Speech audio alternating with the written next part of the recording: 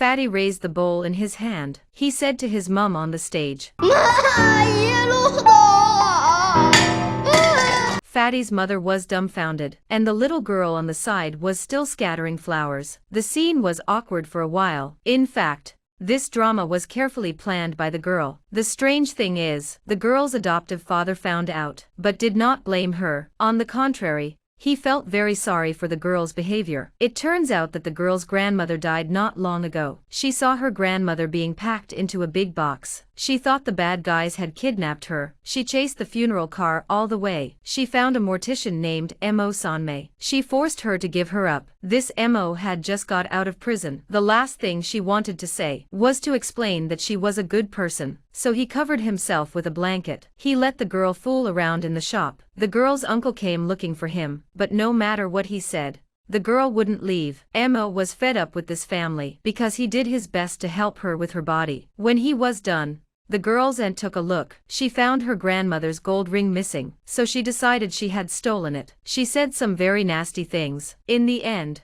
Mo stripped naked in public, so she was able to prove her innocence. In the evening, Auntie was in a hurry to catch a flight back to Beijing. Uncle couldn't persuade one, so he gave her some money. He asked Mo to stay with him for 3 days. She refused, but the Fat brothers saw the money. They agreed to do it. Fatty made a bowl of noodles for one. He wanted to please him, but the little guy only wanted to play mahjong. He even took out his grandmother's gold ring as a bargaining chip. From that moment on, Sango vaguely realized one was sent by God to torment him. The next morning, Sango's father called him. He wanted to transfer the property of the veterinarian's shop to him. Sango had been waiting for this property for a long time, because their family has been in the funeral business for generations. Sango was in the same boat, but the industry doesn't make much money and suffers a lot of discrimination. The girl Sango had loved for years. He married a man named Lao Lu. He thought the feng shui of his family was bad, so he tricked his father into transferring the property to him. He planned to sell the vet's shop in secret for a new life, but when Sango went to look for the property deeds, he found that the property deeds were gone. It turns out that last night,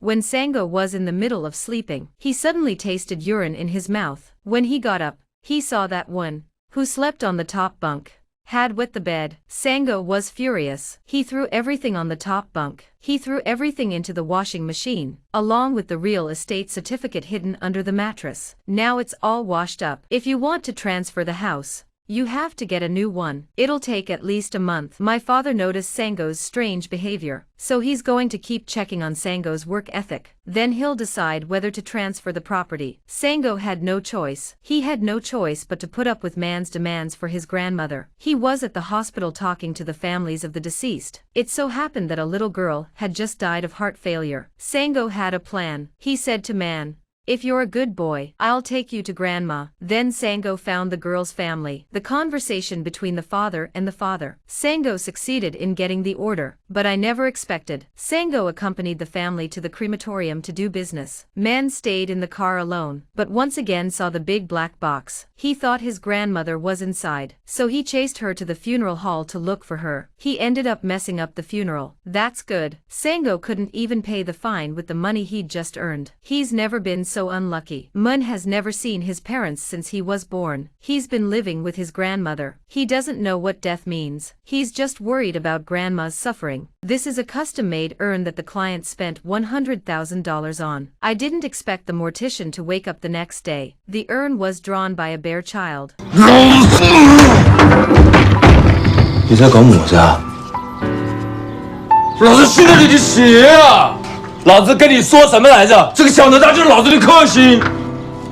苦会合格的画画，你是么想的？说！2 hours to cremation. They've tried every cleaning method around, but they couldn't get it off. The deceased's family is here for the handover. Sango picked up the urn, pretending to be Neza's father, to see if he could. He wanted to see if he could be forgiven in a heartfelt way. See for yourselves. The family froze for a moment. Then he grabbed the urn and bowed deeply to Sango. It turns out that the little girl who died liked to draw the most when she was alive. The young parents were too busy working. When their daughter fell ill, they realized that companionship was the most important thing. Sango saw the family thanking man and gave him a big red packet. His heart was full of mixed feelings. He used to blame others' mistakes, blame it on other people's mistakes, but he didn't realize that for the first time in his life, the first time in his life he was respected, was because of this, for this little guy who caused him so much trouble. Before the 3 days were up, Wen's uncle came back from overseas. When Sango brought him back, there was a fight in the uncle's house. He was afraid of his wife. He was teased by his aunt for not making enough money. When she heard that he was going to adopt little one, Auntie immediately spewed rubbish in front of Shuman. Of course, Sango was furious, but he's a passerby. Apart from blaming his aunt, nothing could change that. Uncle saw that he was a good man, so he asked Sango to take in man again. Sango agreed, but this time, Uncle, he didn't take the money. Back at the Shui temple, Sango's sister and father blocked the doorway. Before Sango could speak, his father hit him with a blow. It turned out that his father had heard about Xiao Wen's. He heard about Shu Man's previous incident at the funeral parlor. He thought Sango was unreliable. When he saw Xiao Wen, his heart was softened by the sight of Shu Man, but the crowd of onlookers, more and more, he could only wait for his son to admit his mistake, so that he could end it. But Sango wouldn't. Since he was a child, his father, he was considered by his father to be the most unprofitable child. He was even named Mo Sanmei, so he boasted in front of everyone. He didn't want any charity from his father. He wanted to earn 300,000 yuan on his own, to buy the family's front house. Everyone knew, Sango has bragged more than he has walked, but this time he is really determined to do it. Wen didn't want to see him in trouble. Soon he found an old man who wanted to organize a funeral. 你们两个谈嘛。我想办场丧礼，跟哪个办呢？跟我自己办。爹爹，小姑娘啊不懂事情就商量。你说你这才把年纪的还出来闹言子，你是不是有病了你？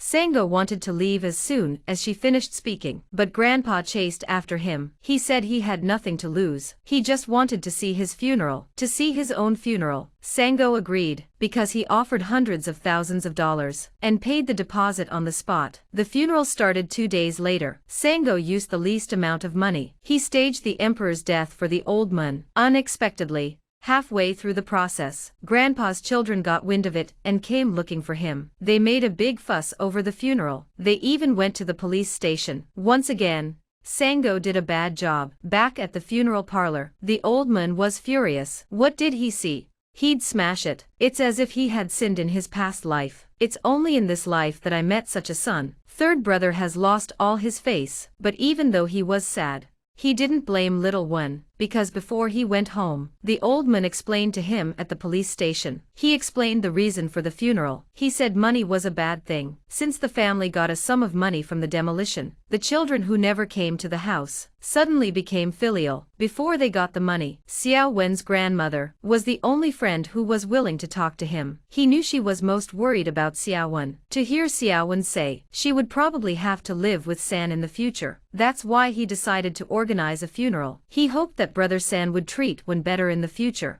在不是李铁川，是三姑是学马的本事。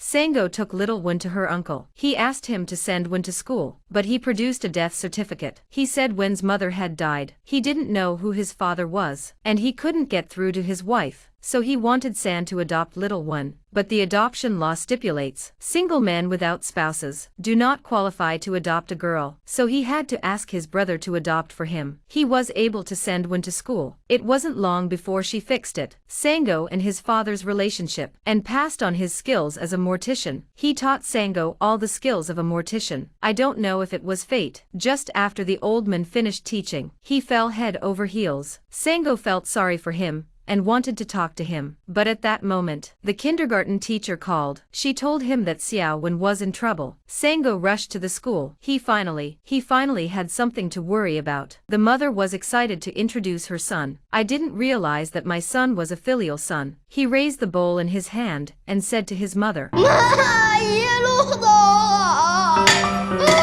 all this is the girl's way of screwing over Fatty. But after all, we're all classmates. Why did she do it? It turns out that Fatty's family owns a wedding company, but the girl's house is right next to it. She specializes in funeral services. Fatty's mum thought it was bad luck, and like most people, thinks that those who are willing to work in this industry are all illiterate people who have been eliminated by society. So whenever he lost money in mahjong, he would bring his fat son. He would take his fat son to the girl's father.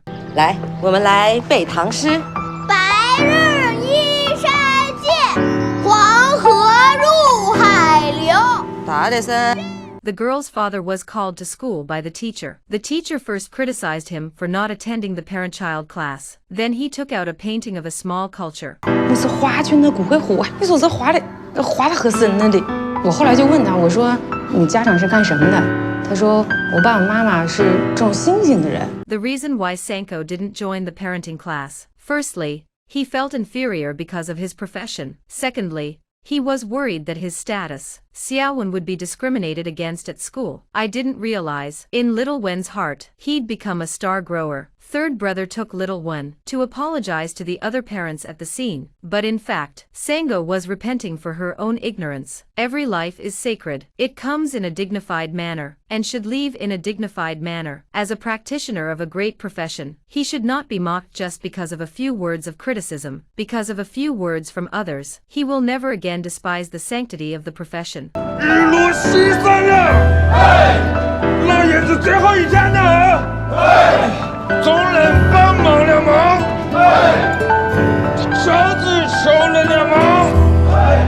老子一人干好了。 From then on, Sango worked hard during the day. At night, he secretly found someone to repair Xiao Wen's watch, because when he made a fuss at the funeral, Wen's smartwatch was accidentally broken. Inside was the voice chat records that Grandma's voice chats to little one. That's the most important thing to little one. Sango doesn't have much social resources. He had to call for help one by one. He even went to the family of the deceased. He found an expert in the electronics industry. Although the watch can't be repaired, but we can extract the audio data from it. Sango put the audio into a doll, and on Wen's birthday, he gave it to him as a surprise. This was the first time little Wen felt his father's love. Unfortunately, the world of adults is very complicated. The next day, Sango took him to school as usual. I didn't expect it. Wen's uncle came with a woman. The uncle said she was Wen's real mother. The death certificate was a mistake. Sango didn't want to talk to them, but the woman wouldn't stop. She gave us a lot of information about Wen. She also said there was a diamond-shaped birthmark on Wen's left ankle. Sango knew the woman was telling the truth. When he got home and looked at Wen, he didn't know what to do. What's even more disturbing is that the woman kept guarding the door for days on end. His only choice was to face. 他外婆死的时候，你去哪里了？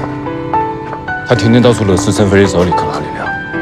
他被他舅妈赶出来的时候，你去哪里了？他现在好不容易有个家的感觉了，你现在要把他带走，你凭么逼啊你？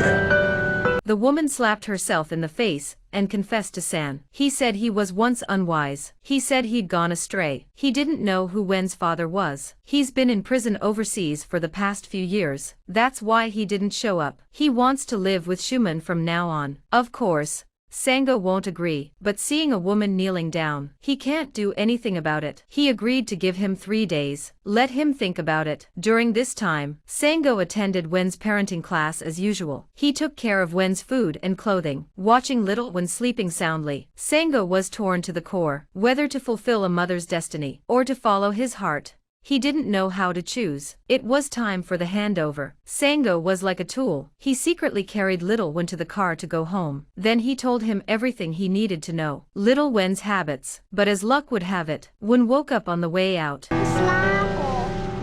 子，我是妈妈。 When he saw that little Wen was scared, Sen comforted him. Then he told the taxi to go. Schumann was screaming more and more in the car. Sango watched the car go away. Listening to Schumann's screams was like 1,000 arrows piercing his heart. At that moment, he realized he couldn't leave Schumann. He had already made his choices. The only way he could give Wen the last care was to chase the car to make Wen understand that it's not that Sango doesn't want him. It's just that there's too much helplessness in the adult world. The next day, Sango lay in bed and was scolded by his friends. He wanted to be the same Sango he once was. No matter what happened, he could always keep a smile on his face, but with a phone call from his sister, Sango was completely devastated. My sister said my father had passed away. Sango took it upon herself to make up for him. According to his father's will, the funeral should not be a big affair. No mourning, just keep it clean. And he put the ashes in this little jar. Father also said he wanted a decent enough funeral. If Sango couldn't do it, he'll stay in the jar forever. My sister wanted to bury father and mother together, but Sango grabbed the ashes. That night,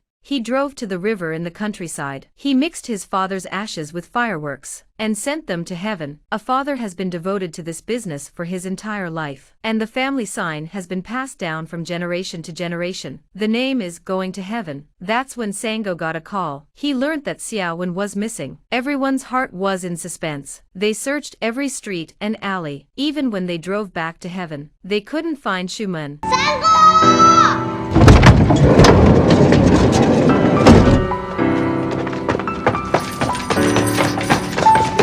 你跑哪里去了啊？我说你跑哪里去了？你大半夜瞎跑我这儿的，你把坏人拐走了怎么办？你跑掉了怎么办？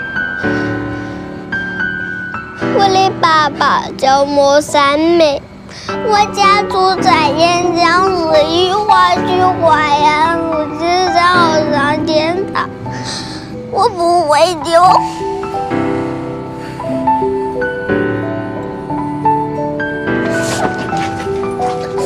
San's heart has melted. He would never leave little Wen behind again. A few days later, Wen's mother came to see him. She gave Shuman's luggage to Sango. He knew this was Shuman's home.